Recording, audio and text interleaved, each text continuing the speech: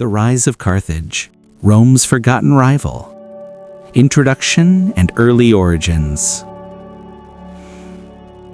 If you ever find yourself awake at an unreasonable hour, the kind where the world is silent, the ceiling looks philosophical, and your mind starts wandering into ancient places it absolutely has no right visiting, then perhaps you've stumbled into the perfect state to remember a city the world has mostly forgotten. A city once so wealthy, so terrifyingly powerful, that Rome, yes, that Rome, trembled at the sound of its name. A city that rose from nothing but sand, salt, and the stubborn dreams of wandering sailors. Tonight, in this quiet hour, we're going to Carthage. Not modern Tunisia, not the neatly labeled ruins you can walk through on a sunny afternoon. No. We're going back to a shoreline swept by warm winds, to the smell of cedarwood ships and wet rope, to the gentle clinking of bronze as merchants mutter calculations under the desert moon.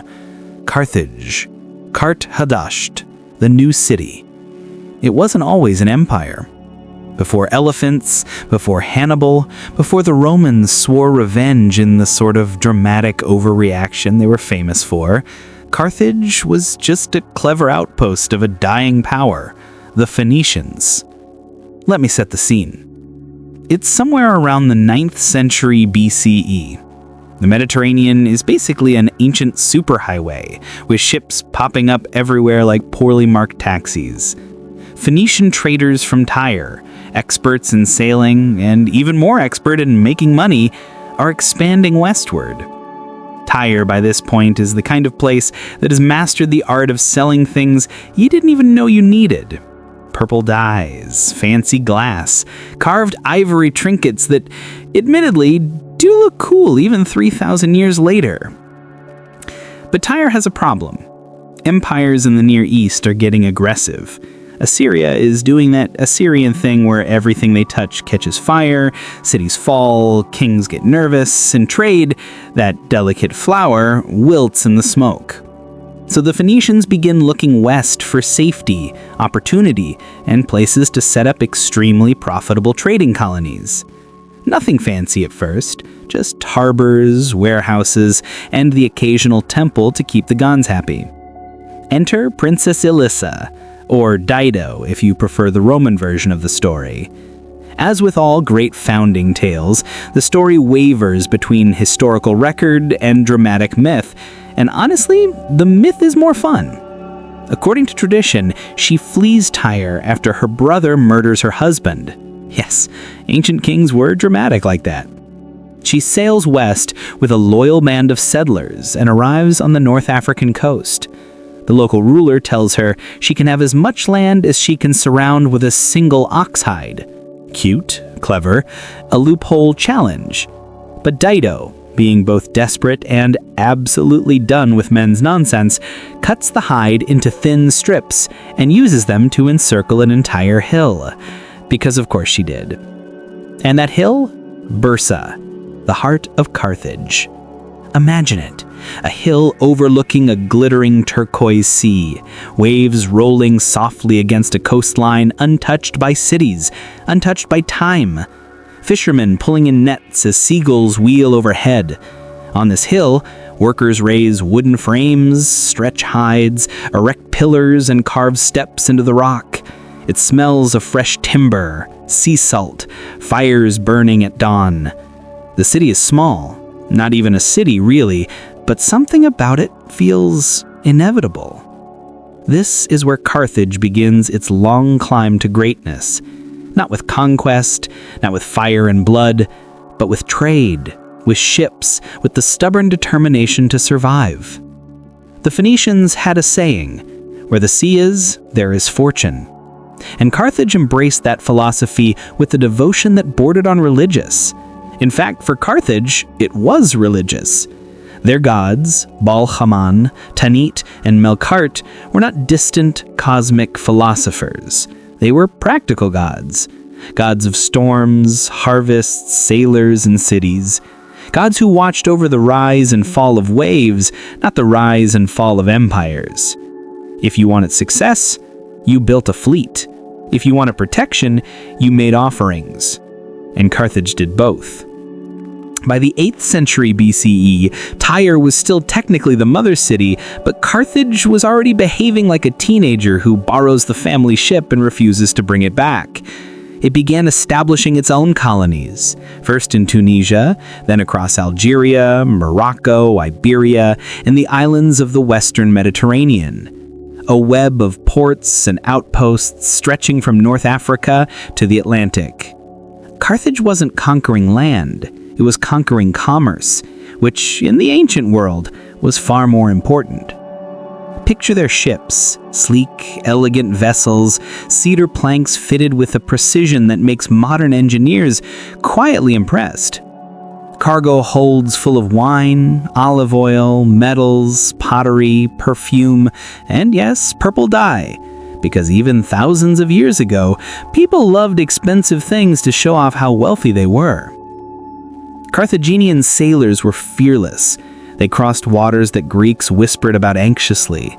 They sailed beyond Gibraltar into what the Greeks called the Sea of Darkness, exploring Atlantic coasts long before other civilizations dared. A voyage led by Hanno the Navigator supposedly traveled as far as modern Senegal or even Cameroon, although the descriptions of gorilla-like creatures suggest either a wild exaggeration or a monkey that very much wanted them to leave. But the key to Carthage's early success wasn't exploration, it was strategy. They knew which ports controlled which trade routes, where tin was mined, where silver was abundant, where Iberian tribes were willing to sell goods, and where North African caravans brought gold and salt across the desert. Carthage became a spider at the center of an economic web. Touch one strand, and the vibration traveled back to Bursa Hill. And with prosperity came people.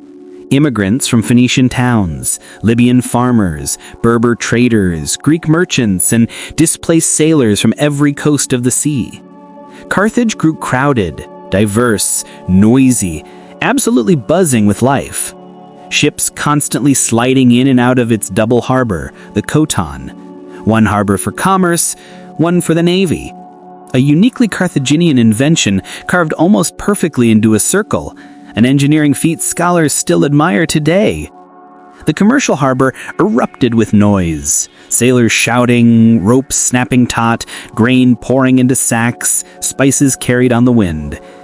The naval harbor, however, was quiet, orderly, ringed with ship sheds, each housing a warship, like soldiers sleeping in their barracks.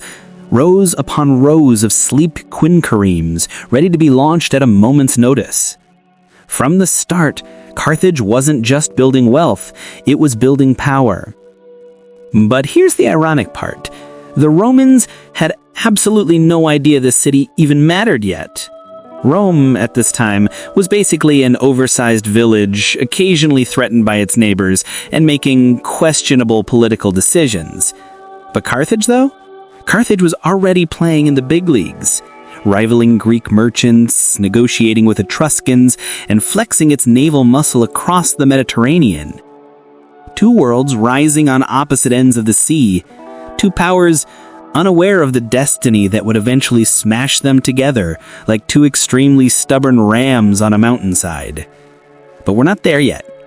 Before war, before Hannibal, before Rome decides to turn into the ancient world's angriest bulldozer, Carthage must still rise, towering, wealthy, influential, until the very idea of challenging it feels impossible. For now, Carthage is ascendant, a superpower in the making, a city humming beneath the African sun, its markets overflowing, its harbors crowded, its ambitions stretching across the horizon.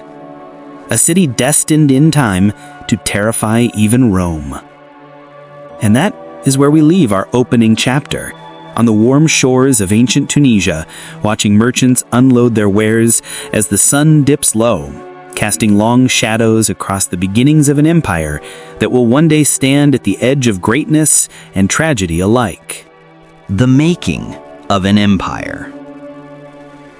If you were to walk through early Carthage, not the tourist-friendly ruins, but the real thing, alive and heaving with the pulse of an empire, you'd first hear the sound. A constant hum. The chatter of traders haggling over grain prices, the thud of bales unloaded from ships, the crack of carpenters shaping wood for new hulls, the occasional goat that absolutely refuses to cooperate with its owner. Carthage was a city that worked, loudly, proudly, and often at odd hours. Even the gods probably wore earplugs. As Carthage grew richer, something subtle began to change. Wealth does what wealth always does. It reshapes the skyline, redraws social classes, and makes politics significantly more complicated than anyone needs them to be. The modest Phoenician settlement started to behave less like a colony and more like, well, a capital. And capitals require order. So let's sink into one of the most fascinating and often misunderstood aspects of Carthage: its government. If Rome built a republican system through trial, error, and the occasional stabbing, Carthage built a political machine as carefully engineered as one of its ships. Smooth on the surface, a little chaotic underneath, and definitely something the Greeks loved to complain about because they didn't invent it. The Carthaginian political machine. Oligarchy with a side of practicality. At the top, Carthage was ruled not by kings, those had been phased out for very understandable, we prefer not being murdered reasons, but by two officials called suffetes. Think of them as judges, executives, and administrators rolled into two extremely overworked people who probably drank way too much fermented date wine. These suffetes weren't glamorous. They didn't strut around like Roman consuls. They were more like, please don't let the city burn down, managers, tasked with making sure the ports ran smoothly, the merchants didn't riot, and the priests didn't complain too loudly about sacrifices being late. Their power was balanced by a powerful council of elders, which sounds like either a wise senate or the world's slowest decision-making body. In Carthage's case, it was both. Then there was the 104. A tribunal so feared and strict that even later Roman writers admitted it was terrifyingly efficient. These were the people who evaluated generals and punished them ruthlessly when things went wrong. Imagine being a Carthaginian general returning from a campaign. You step off the ship, the sun warms your face, you're relieved to be home, and suddenly a group of very serious men in expensive robes approach you like, "So, about that battle where you lost 14 ships, let's talk." It kept the military obedient. It also kept Carthaginian commanders awake at night, which might explain why they became very, very good at their jobs. At its heart, Carthage was an oligarchy. Wealthy merchant families, people who understood trade routes and ship production better than most kings, held the real power. They funded the fleets, controlled the markets, negotiated treaties, and decided where the city would expand next. In many ways, Carthage was run like a massive corporation whose shareholders occasionally sacrificed animals to the gods for good quarterly earnings. Was it democratic? A little. Authoritarian? Sometimes. Functional? Absolutely. Because Carthage cared about one thing above all else: stability. And stability needs money. The empire that wasn't supposed to be an empire. Carthage didn't start out trying to dominate the Western Mediterranean. It happened accidentally, like a side quest that becomes the main storyline because you loot too much. The Phoenicians had originally built a whole constellation of colonies scattered across North Africa, Sicily, Sardinia, Corsica, Malta, and Spain. When Tyre began to fade under pressure from Near Eastern empires, Carthage stepped in as the natural successor, the mature sibling who takes over the family business. Some colonies asked for protection, others wanted Carthaginian markets. Some were absorbed peacefully. Others were convinced with the gentle persuasion of a large navy showing up offshore. But the pattern was clear. Carthage was becoming the anchor of an entire economic world. Look at the map. Carthage controlled, directly or indirectly, North African cities producing grain, olives, figs, and horses. Sicilian ports, fertile and wealthy, gateway to Italy and Greece. Sardinia, with its mines and strategic coastline. Corsica, a smaller but still useful stepping stone. Southern Spain, especially, was a treasure chest. Rivers of precious metals flowed from Iberian hills, and Carthaginian merchants happily diverted those rivers into their own coffers. Silver fueled Carthage's fleets. Silver paid its mercenaries. Silver made the city sparkle, literally and metaphorically. You can imagine how Rome, still a local Italian upstart, felt about a wealthy foreign power controlling the islands just off its coast. Rome didn't like sharing space.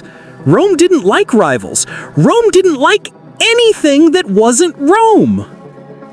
But at this early stage, Rome was still too small, too busy sorting out internal feuds, too preoccupied with Etruscans and Latin neighbors.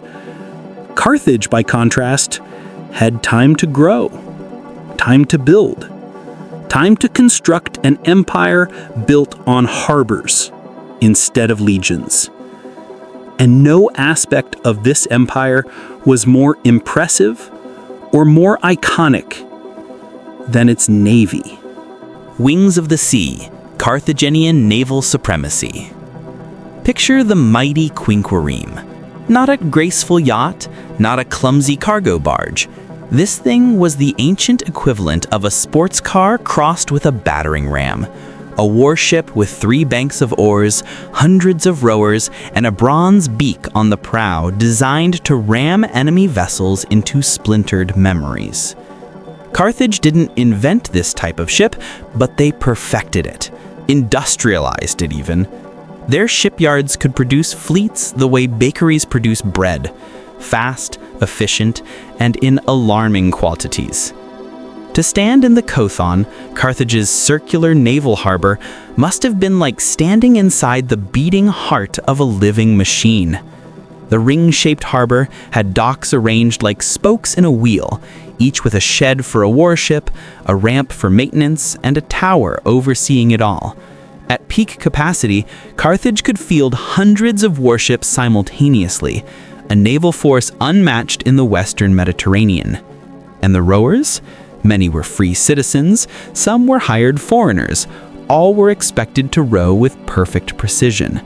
The coordinated slap of oars hitting water must have created a thunderous rhythm, echoing across the bay as ships launched in formation under the North African sun. Carthage's naval presence was so intimidating that other states often chose negotiation over conflict. Why fight a sea monster when you can just make a polite trade agreement and live another day? But the Navy wasn't just for intimidation.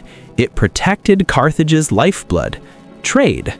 Every route from the Levant to the Atlantic passed through Carthaginian influence. Any Greek or Etruscan merchant with hopes of sailing west knew, consciously or not, that they were entering Carthaginian territory. This brings us to the Greeks, those other Mediterranean troublemakers who had strong opinions about everything, especially other people's power. Greek neighbors, tense waters. To the Greeks, Carthage was a strange creature, not quite Eastern, not quite Western, fabulously wealthy, annoyingly successful, and extremely secretive about its trade routes. Greek philosophers admired Carthage's political system, noting it balanced oligarchy, democracy, and aristocracy with impressive results. Greek merchants admired Carthaginian goods.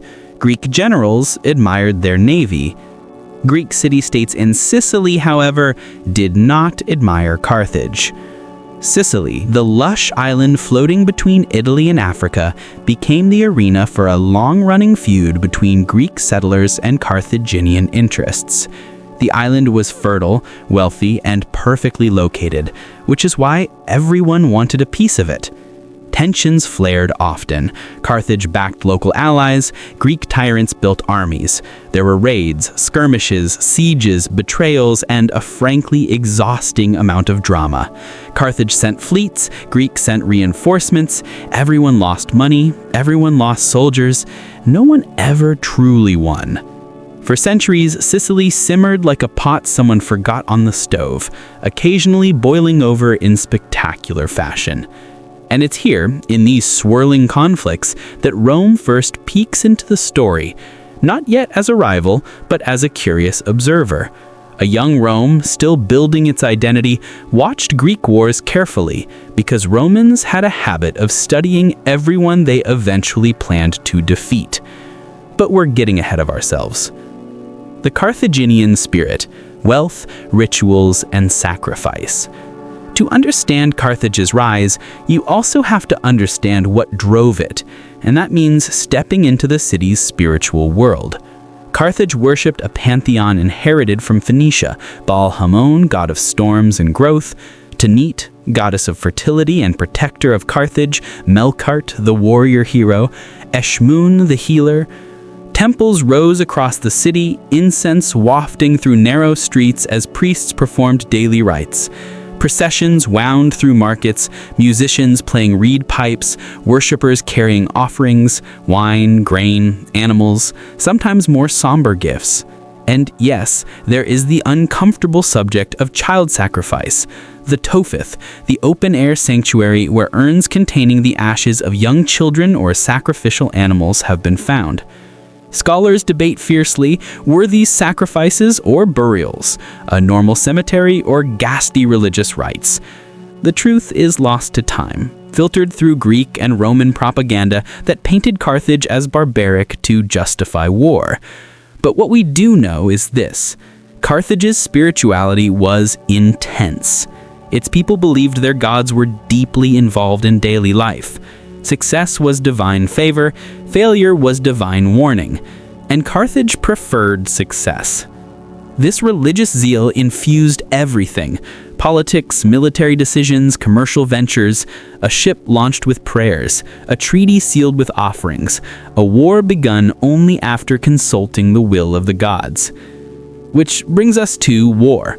Carthage wasn't a militaristic state by default. It didn't field citizen armies like Rome. Instead, it hired professionals: Libyan infantry, Numidian cavalry, Iberian warriors, ballistic slingers whose accuracy with stone projectiles made experienced soldiers duck instinctively. Mercenaries formed the backbone of Carthaginian armies, supported by elite citizen officers and occasionally aristocratic troops. This system was both brilliant and dangerous. It allowed Carthage to project power across the sea without draining its population, but it also meant that loyalty was, well, negotiable. Keep the silver flowing and the army stayed strong. Fail to pay, well, things could go wrong quickly. But for now, Carthage was powerful, stable, dominant. A titan of commerce, a master of the sea, an empire built not on land, but on waves.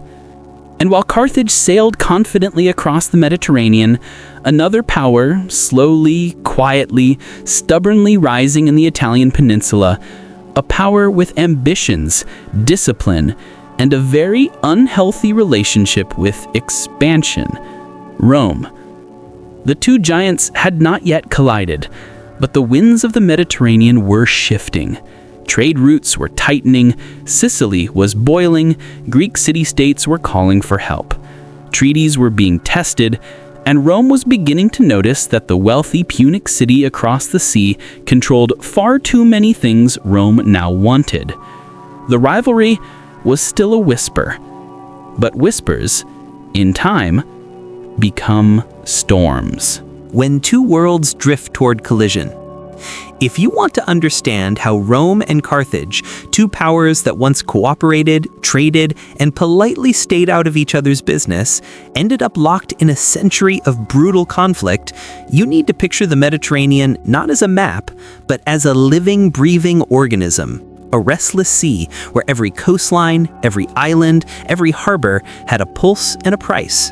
The currents didn't just move water, they moved ambition. And in the 3rd century BCE, those currents began tugging Rome and Carthage toward each other like two storm systems that absolutely refused to mind their own business. Carthage was dominant, wealthy, and outward-looking, stretching its influence across islands and trade routes. Rome, meanwhile, was still figuring itself out, a young republic with an attitude, armed with stubbornness, a growing population, and a political class that seemed physically incapable of ignoring opportunities for expansion. Rome had just finished swallowing most of Italy, which is impressive, but also raises the question, what do you do next when you've conquered your backyard? Well, you look across the street, and there it was, Carthage, glittering, rich, mysterious, too big to ignore, too close for comfort. But before the collision, before the wars, before the names Hannibal and Scipio became eternal, there was a quieter period, a time of diplomacy, treaties, misunderstandings, and the slow, inevitable tightening of interactions that would drag both powers into the same arena. Tonight, let's drift backward to those early days, where tension built not with sword clashes, but with parchment, signatures, and nervous handshakes. A tale of treaties, when Rome and Carthage pretended to be friends. The earliest known treaty between Rome and Carthage was signed in 509 BCE, the very year Rome kicked out its last king. While Romans were busy celebrating their newfound freedom from monarchy and possibly losing sleep over how to actually run a republic, Carthage showed up with a treaty that basically said, "Congrats on the government thing. We'll trade peacefully, don't sail past these limits, don't poke around our territory. Also, we're definitely the boss of the Western Mediterranean. Glad we could all agree." Rome at the time was too small to argue, so it nodded politely, the international equivalent of, "Sure, whatever you say, just please don't notice that our army is 3 guys and a mule." More treaties followed. One in 348 BCE carefully laid out spheres of influence, limiting Roman expansion into the Tyrrhenian Sea and restricting Carthaginian meddling in Italy. The two states were like neighbors who agreed to mow their lawns separately and not look over the fence. In theory, these agreements were peaceful. In reality, they were pressure cookers, defining boundaries that one day both sides would cross. No two growing powers stay in separate corners forever. History doesn't work like that. Humans don't work like that, especially not Romans. But before the tension reached Sicily, before war erupted over a single city, Rome and Carthage actually stood on the same battlefield. And it happened during the kind of disaster that makes you wonder if the gods woke up and chose chaos. The Pyrrhic intermission, Rome and Carthage versus a man who just wouldn't quit. Enter Pyrrhus of Epirus, Greek king, part-time philosopher, full-time chaos enthusiast. Around 280 BCE, southern Greek cities in Italy, particularly Tarentum, got nervous about Roman expansion. So they called Pyrrhus, a man famous for 2 things: being a talented general, making catastrophically bad long-term decisions. Pyrrhus arrived with war elephants, fancy armor, and the confidence of a man who had clearly never met a Roman legion. He defeated Rome twice, but at such devastating cost that afterward, he famously said, "If we are victorious in one more battle with the Romans, we shall be utterly ruined." This is the origin of Pyrrhic victory, or as modern humans call it, winning in the most losing way possible. But here's the interesting part. During Pyrrhus's war in Italy and Sicily, Carthage and Rome cooperated. Yes, you heard that right. Carthage, Rome's future mortal enemy, offered ships, supplies, and troops to help Rome fend off the Greek invader. Why? Because Pyrrhus had attacked Carthaginian holdings in Sicily too, and Carthage was like, "Whoa now, we didn't sign up for your drama." So you had this weird, awkward alliance. Rome on land, Carthage at sea, Pyrrhus running around shouting, "I can still win this." It was a moment, brief, fragile, and profoundly ironic, where the two great powers worked toward a shared goal. Some Roman senators even proposed accepting Carthaginian help directly in Rome's harbor, which caused others to react with, "What, should we hand them the keys to the city too?" But the fact that the offer was made at all is important. It shows that before rivalry hardened into hatred, there was a time when Rome and Carthage saw each other as equals, even potential partners. This wouldn't last, because Sicily, beautiful, coveted, strategically delicious Sicily, sat there like a shiny apple between two very hungry giants. And Rome, having just finished bullying half of Italy, began glancing southwest with curiosity. Sicily, the island too valuable for peace. To understand why Sicily was the spark that ignited a century of war, you must imagine the island the way ancient states saw it: a treasure chest, fertile soil for grain, harbors facing every direction, a perfect midway point between Italy and Africa. Whoever controlled Sicily controlled the central Mediterranean, and Carthage had been playing in that sandbox for centuries. Its cities and allies dotted the western half of the island. Its merchants poured wealth into its ports. Its ships patrolled the coastline. Carthage considered Sicily part of its natural sphere of influence, the way modern people consider the Wi-Fi they're currently connected to as exclusively theirs. Sure, Greek cities existed in the east, but the delicate balance of power had held for generations. Except when it didn't, which was often. Carthage and Greek Sicilian cities had a long tradition of sudden violence followed by equally sudden truces. But Rome? Rome was new to this game. Rome didn't have traditions on Sicily. Rome didn't have obligations there. Rome had ambition and momentum and the belief that if a thing could be conquered, it probably should be. But Rome didn't make the first move. That honor belongs, as usual in history, to a small city doing something incredibly reckless. Messana, the messy beginning of a very messy war. The city of Messana, perched on the northeastern tip of Sicily, was controlled by the Mamertines mercenaries, a group of Italian mercenaries who had seized it years earlier because mercenaries gonna mercenary. But their power was crumbling. They were squeezed between two forces: Syracuse, a major Greek power under the capable and occasionally terrifying Hiero II, and Carthage, with its ships already lurking nearby like a lifeguard who doesn't trust anyone in the pool. The Mamertines faced a simple, desperate choice: submit to Syracuse or ask someone bigger and scarier to protect them. Naturally, they did both. First, they appealed to Carthage. Carthage arrived swiftly, because of course they did. This was their backyard, and opportunities like this don't come with bright neon signs, but they might as well have. Then, in a stunning display of indecision that makes modern politics look efficient, the Mamertines also asked Rome for help. Rome debated, fiercely. The Senate wasn't thrilled. The idea of helping a bunch of land-stealing mercenaries wasn't exactly morally inspiring. But morals aside, the strategic value was obvious. If Carthage secured Messana, they'd effectively control the Strait of Messina, the narrow channel between Italy and Sicily, which meant Carthaginian fleets would sit directly across from Italy, close enough to wave politely at Roman fishermen. Rome didn't like that. Rome never liked rival fleets near Italy. So, after much arguing, Rome accepted the Mamertine plea, triggering a domino effect of extraordinary proportions. What happened next was a perfect disaster. Carthage felt betrayed, Syracuse felt threatened, Rome felt entitled, the Mamertines felt relieved.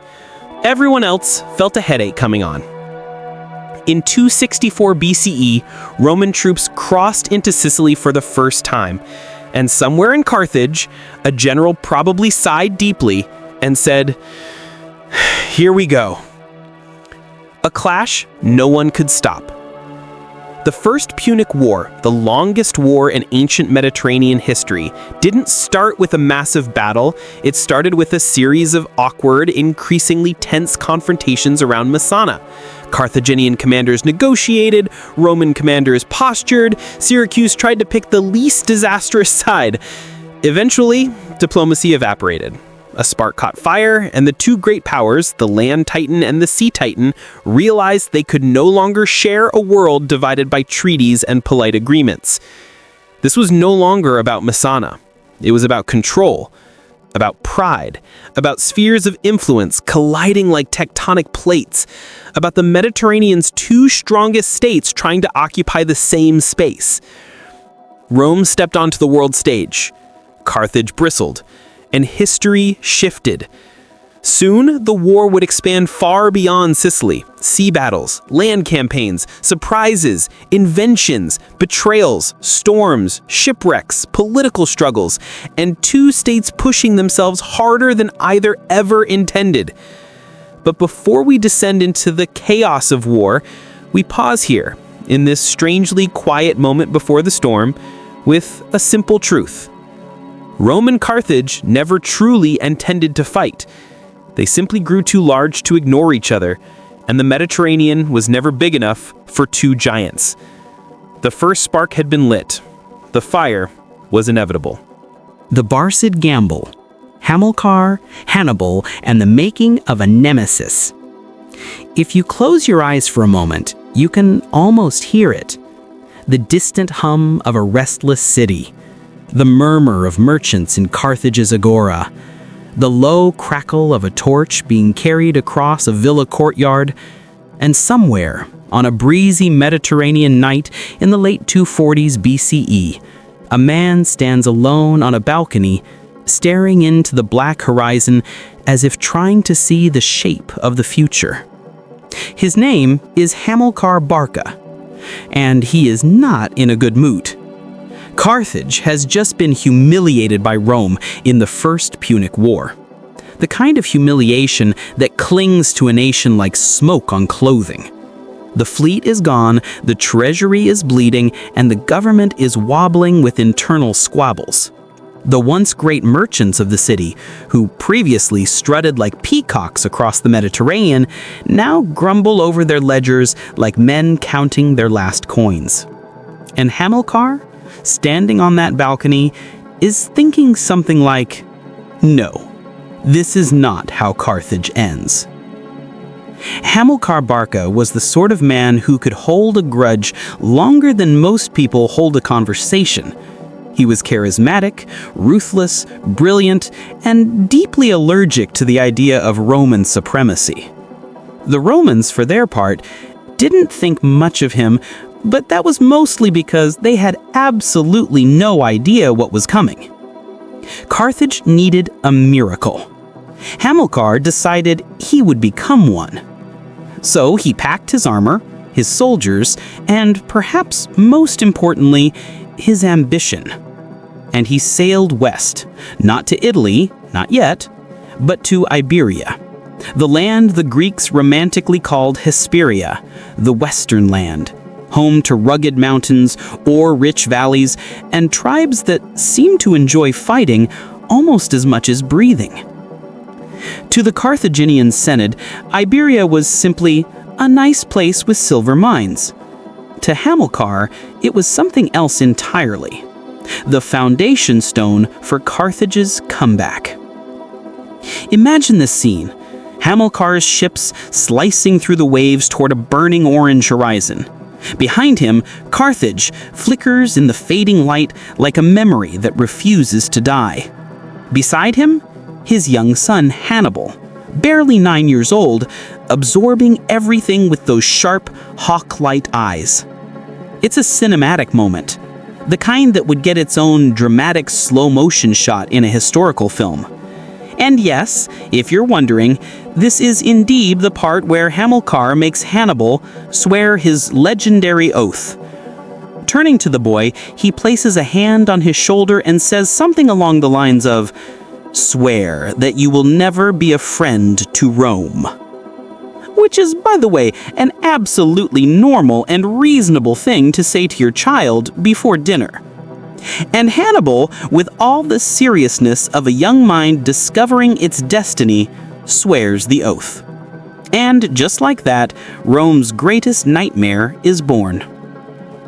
Iberia suited Hamilcar perfectly. The mountains gave him natural defenses, the rivers gave him trade routes, and the mines gave him silver, oceans of silver, which he used to build a new army loyal not to the Carthaginian Senate, but to him, to the Barcid family. In a way, Iberia became a second Carthage, Carthage 2.0, now with improved military efficiency and 30% more ambition. Hamilcar campaigned tirelessly, subduing tribe after tribe, laying alliances, laying foundations. Some nights, when the campfires danced across the hills, the soldiers whispered that he moved like a man who believed time was chasing him. Perhaps it was. Hamilcar's dream was huge, but he would not live to see it bloom. In 229 BCE, he died, depending on the source, either in battle or drowning while trying to escape. A dramatic end, fitting for a man whose life had been one long act of defiance. But a legacy like his doesn't just vanish, it transfers. And it transferred to a man nearly as fierce, Hasdrubal, Hamilcar's son-in-law. He built cities, strengthened the Iberian state, and, just to make Rome nervous, founded a gleaming new capital, Carthago Nova, New Carthage, facing the sea like a challenge flung across the water. Rome pretended not to notice. Rome noticed.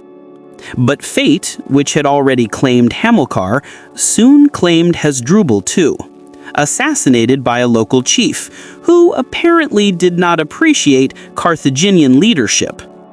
And so the mantle passed yet again, this time to Hamilcar's son, the boy with the oath, now a man, hardened by war, sharpened by purpose, and carrying inside him a quiet storm that would one day break across Italy. Hannibal Barca. Even the Romans, masters of stoicism and understatement, would later speak his name with a kind of reluctant awe, like people remembering a nightmare that was impressively well executed. Hannibal inherited not just an army, not just silver mines, not just a territory, but a mission, a generational promise, a simmering vendetta wrapped in strategy and opportunity. And Rome? Rome was busy. Rome was confident. Rome assumed Carthage was finished. Which was, of course, exactly what made this the perfect moment for Hannibal to step forward and say, "Actually, I have plans." But those plans would require precision, timing, and, naturally, a conflict sparked by just the right amount of political irritation. Enter the city of Saguntum, a place that will go down in history for the same reason many cities do, being in the wrong place at the wrong time between two superpowers with unresolved emotional issues. Hannibal's decision to attack Saguntum wasn't just a military move, it was symbolic, a spark, a line drawn in the dust of Iberia. Rome saw it as an insult. Hannibal saw it as an invitation. And so the Second Punic War began. Not with trumpets, not with armies clashing, but with the quiet, deliberate act of a man fulfilling a childhood oath. And from here, the story will only get louder. Hannibal unleashed, the long shadow over Rome. There's a certain kind of stillness that settles over a military camp the night before history changes. It's not silence. Armies are never silent, but a kind of tense restraint, like the world is holding its breath. Picture the Barcid camp in Iberia shortly after the fall of Saguntum, torchlight flickering across tents, the dull rumble of men sharpening blades, the shuffling steps of horses, and of course the heavy, deliberate breathing of several very confused elephants who have no idea what continent they are about to climb. In the center of it all stands Hannibal Barca, staring into the embers of a campfire. He's not brooding. Hannibal rarely broods. He calculates. The Romans believe the war will be fought in Spain or perhaps in Sicily, somewhere familiar, convenient, manageable. Hannibal, however, has other plans. Ambitious plans. Plans that, if described to your average Roman senator, would cause mild fainting. He wants to bring the war to Italy, not by sea. Carthage learned that lesson the hard way, but by land, through southern Gaul, across the Rhone River, and then over the Alps. The Alps, an obstacle so ridiculous to cross with an army that even modern hikers hesitate, and they don't bring elephants. But Hannibal has always been that kind of man, the kind who looks at a mountain range and thinks, well, that seems inconvenient. Let's go anyway. It is one of those moments in history when sheer audacity becomes a strategy. Let's walk slowly into that moment, because the world is about to get swept up in a whirlwind. When Hannibal marches from New Carthage, he does so with a massive army, tens of thousands of infantry, thousands of cavalry, and his elephants lumbering like prehistoric ghosts. The journey north is not heroic at first, it's logistical. Dusty roads, wary tribal negotiations, long rivers, hot sun. But the deeper they go into Gaul, the more the air shifts. Hannibal's presence begins to ripple outward. Roman scouts whisper his name. Merchants carry rumors along trade routes like drifting sparks. There is a Carthaginian army moving north. It is not stopping. It is coming. The Rhone River is the first real challenge, a wide stretch of water that can swallow horses and men with equal enthusiasm. But Hannibal, as always, improvises. Boats are built, fires are lit, diversions are staged. Before the Romans can even position themselves to stop it, the entire Carthaginian force, elephants included, crosses the river in a feat that must have looked like madness to anyone watching from the banks. But this, as impressive as it is only the warm-up. Ahead lies the spine of Europe, the Alps. Towering, jagged, snow-crowned, and very unfriendly. And yet, Hannibal steps forward as if answering an invitation. Here, breathe for a second. Imagine the scene. The army trudging upward, each step crunching into ice and gravel, winds howling through narrow passes like ancient spirits displeased with the intrusion. Soldiers staring down sheer cliffs that seem to drop straight into oblivion. Elephants struggling to find footing, their massive forms swaying with the terrain. Snow falling in delicate flakes that melt instantly on helmets heated by exertion. Somewhere amid the chaos, Hannibal rides ahead, cloak whipping behind him, scanning the peaks with the calm of a man who refuses to consider failure. The hardships are brutal. Rock slides, ambushes, starvation, freezing cold. Men slip into ravines, horses collapse, the elephants panic. And yet, somehow, some impossible way, the army pushes through. When they finally descend into Italy, they are reduced, scarred, exhausted, but alive. And in Italy, something no Roman had seriously imagined. The shock in Rome is immediate. Senators gather in hurried sessions that last till dawn. Messengers sprint across the forum with frantic urgency. Ordinary Romans, who had never seen a Carthaginian soldier in their lives, now whisper about them as if monsters were coming from the north. And Hannibal wastes no time. He strikes like a lightning bolt at Trebia, encircling Roman forces in a freezing ambush that turns the river red. Rome reels. Hannibal's just getting started. At Lake Trasimene, he sets another trap, this time so perfectly executed that 15,000 Romans are crushed between fog, hillside, and Carthaginian steel. The news travels through Italy like a cold wind. Rome has never lost battles like this, not twice, and certainly not this spectacularly. But the real masterpiece is still ahead. Cannae, a battlefield that will remain etched in military memory for over 2,000 years, a place where Hannibal's double envelopment, a maneuver so elegant that generals today still draw it fondly on whiteboards, destroys a Roman army nearly twice his size. Imagine the dust rising from the plain, the sound of shields colliding, the suffocating crush of bodies as Hannibal's forces close the circle tighter and tighter. Tens of thousands of Romans fall, and with them, the illusion of Roman invincibility. By now, the whispers in Rome have changed tone. They are no longer simply afraid of Hannibal. They are in awe. He becomes a specter, an ever-present, unstoppable force moving through the Italian countryside. Cities defect, allies waver, Roman pride bleeds. Hannibal roams Italy for nearly 15 years, carving his legend into the soil of the peninsula. And if you listen closely to the echoes of those years, those quiet winter nights in Apulia, the slow crackle of pine fires under the shadow of the Apennines, you can almost feel Rome's heartbeat growing irregular, a powerful empire trembling. But here's the thing, Rome does not break. Hannibal is unstoppable in battle, but the Romans change the shape of the war. They avoid large engagements.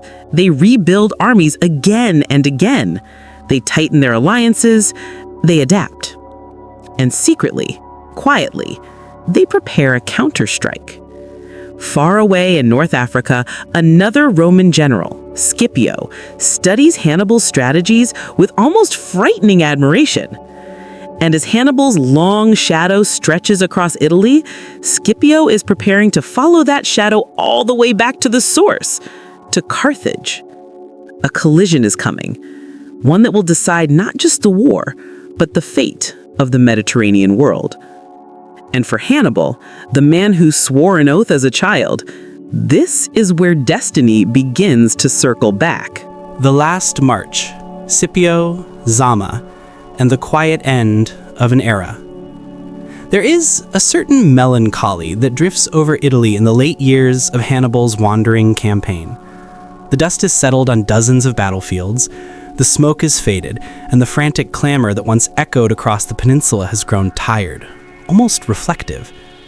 Hannibal still fears Rome, but no longer panics, and Hannibal still threatens Rome, but no longer advances. It is the passage of time itself, quiet, relentless, that begins to close in on him. His army is no longer the razor-sharp force that marched down from the Alps. Veterans have fallen. Recruits lack the unshakable discipline of those who crossed the mountains. Supplies dwindle, allies hesitate. Even the elephants, those magnificent creatures who marched across snow and stone, are gone. Hannibal, the master tactician, now must play a game where every move costs more than it gains. Meanwhile, across the sea, another figure is rising. Publius Cornelius Scipio, young, brilliant, shaped by tragedy, sharpened by admiration for the very enemy he seeks to defeat. A man who watched Rome nearly collapse under Hannibal's genius and decided to learn from it. Scipio does what few Roman generals dared to do. He thinks differently. Instead of chasing Hannibal, he sails for Iberia, dismantling the Barcid Empire piece by piece, severing Hannibal's lifeline. Then, with stunning audacity, he crosses into North Africa itself. Carthage panics. Suddenly the war is no longer a distant thunder echoing from Italy. It is here, on their doorstep, in their fields and farms. Scipio's armies burn and plunder, and the Carthaginian Senate, which had often ignored or undermined Hannibal, sends desperate pleas across the sea. And so the long wanderer of Italy receives an urgent summons. After 16 years of brilliance, hardship, and defiance, Hannibal Barca is going home. It is not a triumphant return, not the parade he once imagined. It is the return of someone who has seen too much, carried too much, lost too much. He steps off the ship in North Africa as though crossing into another life, one where the weight of years sits visibly on his shoulders, but the fire in his eyes has not dimmed. Not yet. That fire will burn one last time, because ahead lies Zama. The plains of Zama are wide open, the sky a relentless blue, the kind of battlefield where there is no place to hide, no fog, no lakeside mirages, no valleys to turn into traps. It is a place where two minds must meet head-on. On one side, Hannibal, the seasoned master, commanding an army hastily rebuilt from levies, mercenaries, and a handful of veterans who survived Italy. On the other, Scipio, younger but unshakably confident, with fresh legions hardened by victories in Iberia. And here is one of history's quiet tragedies. The two most brilliant commanders of their age had to meet on the battlefield at the worst possible moment for Hannibal. The morning air at Zama is cold, thin, expectant. Elephants, new ones, replacements for those lost over the years, trumpet nervously at the front lines. Hannibal watches them with a hint of regret. He knows they are unpredictable. Scipio knows it too.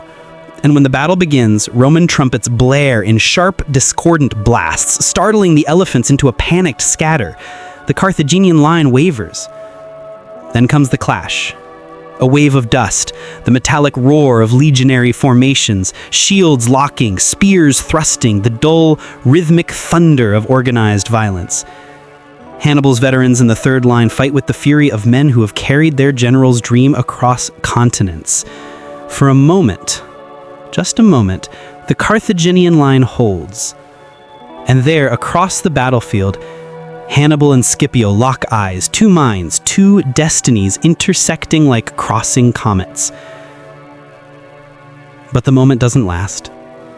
Roman discipline, Roman reserves, Roman numbers, all the things Hannibal has fought against for decades, finally overwhelm the Carthaginian army.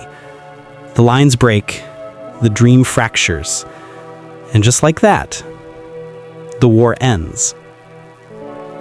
Not with a glorious final charge, not with the thunder of elephants or the shock of ambushes, but with something quieter, the slow collapse of an exhausted nation.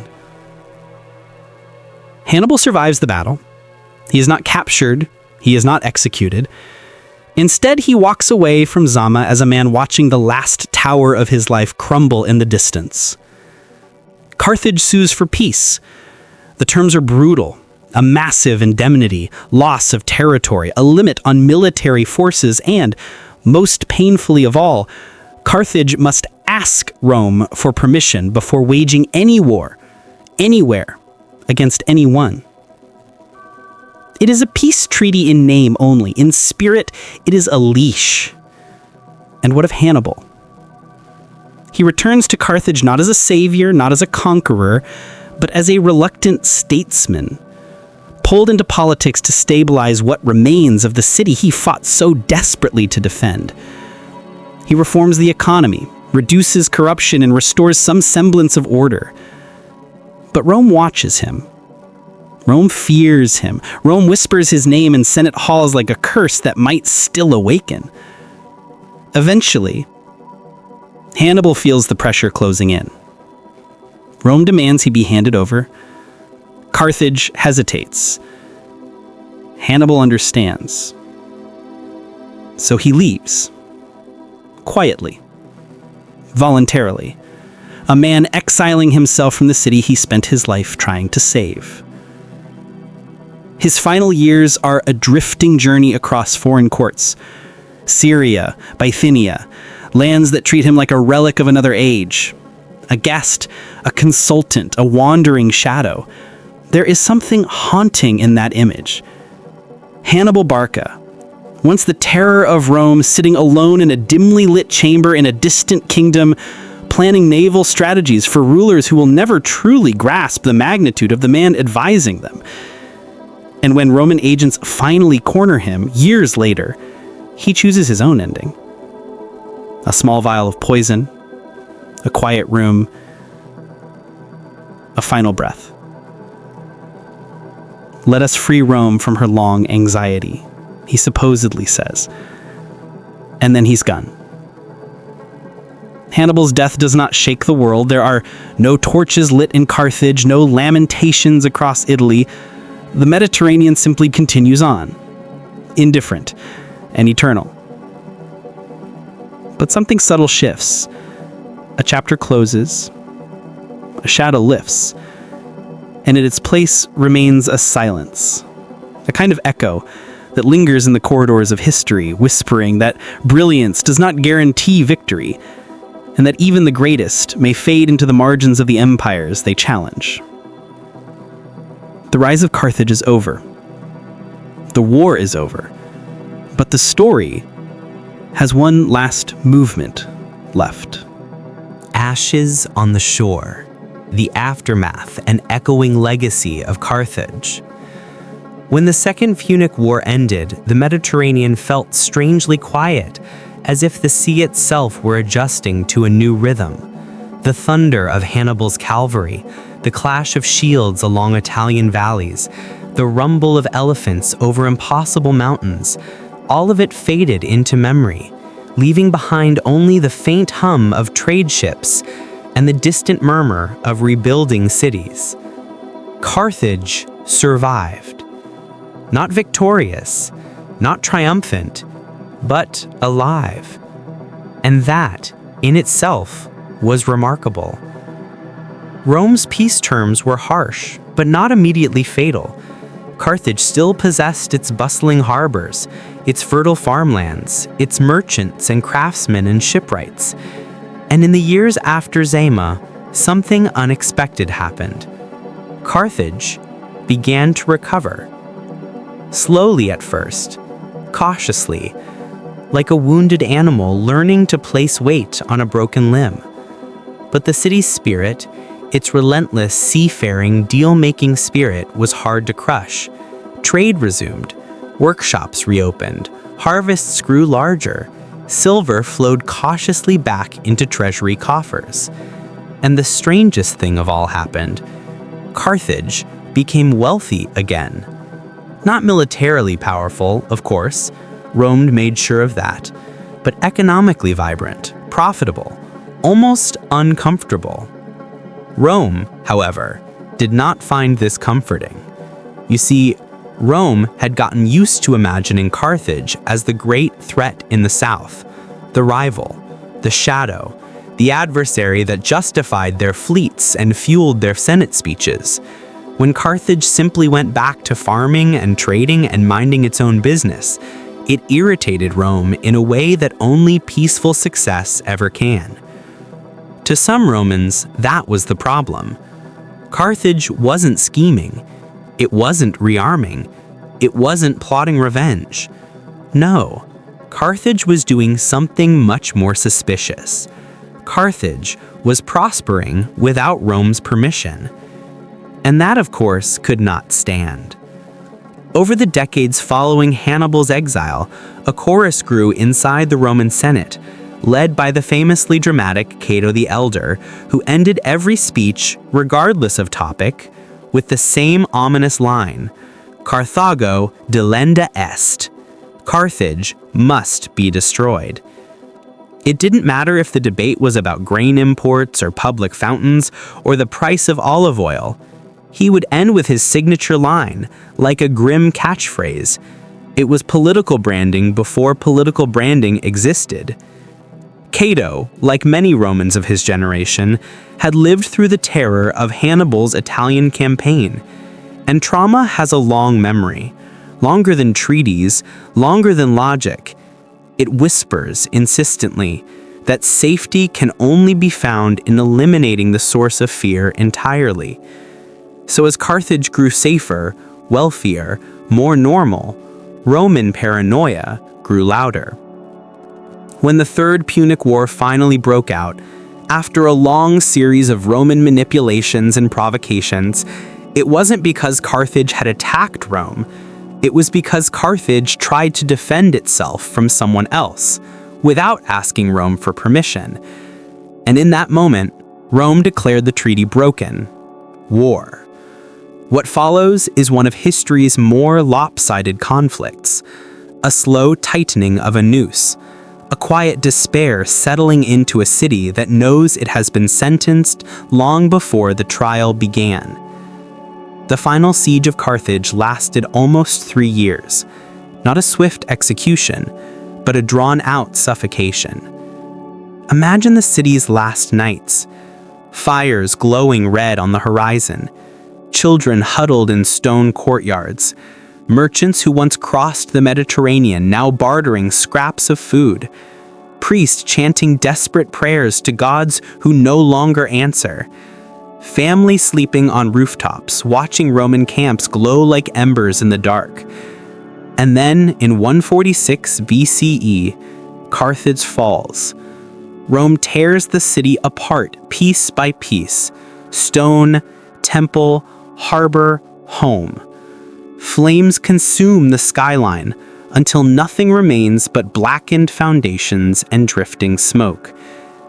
Ancient writers claim Rome sowed the fields with salt. Modern historians doubt the literal truth, but the symbolism is unmistakable. Carthage was not just defeated, it was erased. A city that once commanded the sea, challenged Rome, dominated trade and shaped cultures from Sicily to Spain, was turned into silence. But here is the quiet irony that history always enjoys. The Romans destroyed Carthage, and then, a century later, rebuilt it. A new Roman Carthage rose from the ashes, eventually becoming one of the biggest cities in the Western Empire, second only to Rome itself. Forum squares, bathhouses, basilicas, amphitheaters, all Roman, all layered on top Punic bones. And under that Roman city, buried in forgotten corners, under streets and foundations, the remnants of ancient Carthage remained. Pottery shards, broken altars, children's toys, inscriptions in the curling Punic script, whispers of a world almost erased, but not quite. This is the legacy of Carthage. Not just the wars, not just Hannibal, but the reminder that civilizations are never truly gone as long as their stories survive. Carthage shaped Rome more deeply than Rome ever admitted. It pushed Rome to become a naval power. It forced Rome to learn logistics on a massive scale. It gave Rome its greatest opponent, Hannibal, whose shadow turned Roman generals into better strategists. And ultimately, Carthage helped sculpt the Rome that would later dominate Europe, Africa, and the Middle East. The rivalry created an empire. Two civilizations, eternally intertwined. One burned, one rose higher, but each defined the other. And even today, when you stand on the shores near modern Tunis and listen to the waves, there is a strange hush in the air, a stillness that feels like memory. The Mediterranean has a long imagination. It remembers the sails and shouts and storms. It remembers the ships of Carthage, the thunder of Rome, the quiet moments between battles. It remembers a city that once dared to challenge fate. And if you listen closely, closer still, you might hear the faint echo of hoofbeats on snow, elephants in the dark, and the distant voice of a man who swore an oath as a child.